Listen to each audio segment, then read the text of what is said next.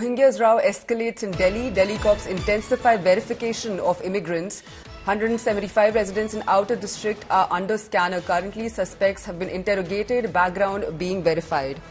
The outer district Delhi police have intensified verification of illegal Bangladeshi immigrants in response to growing concerns about the illegal stay of Bangladeshi immigrants residing in the country without any valid Indian document. The outer district police has stepped up efforts to identify, detain and repatriate individuals living in the national capital, Delhi, without valid documentation.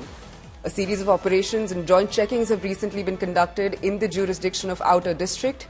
Dedicated teams from police stations and special units, including district foreigner cell officials, were informed to carry out intensive searches and gather information to trace illegal Bangladeshi immigrants across the district.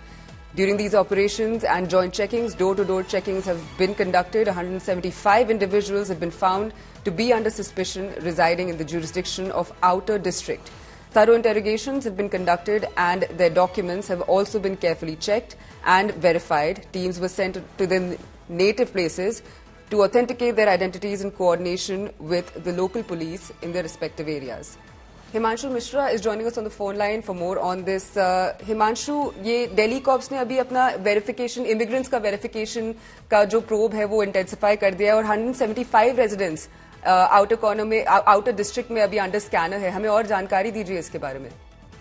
देखिए, ये door to door verification कर रही है police. एक तो जो local लोग जो पुलिस उनसे मदद ले रही है, कोई भी नया चेहरा अगर पिछले कुछ समय में आया है तो उसके बारे में पुलिस इंफॉर्मेशन जुटा रही है, और साथ ही साथ जो बीट पुलिसिंग होती है उससे भी पुलिस ने काफी मदद लिया है, जिसके बाद 175 अब तक जानकारी मिली है जो सस्पेक्ट है, जिनके डॉक्यूमेंट्स पर पुलिस को कहीं ना कहीं संदेह है, क्योंकि जब पुलिस ने लोकल अथॉरिटीज से जांच की तो उसके बारे में कोई पीछे का बैकग्राउंड उनका नहीं मिला.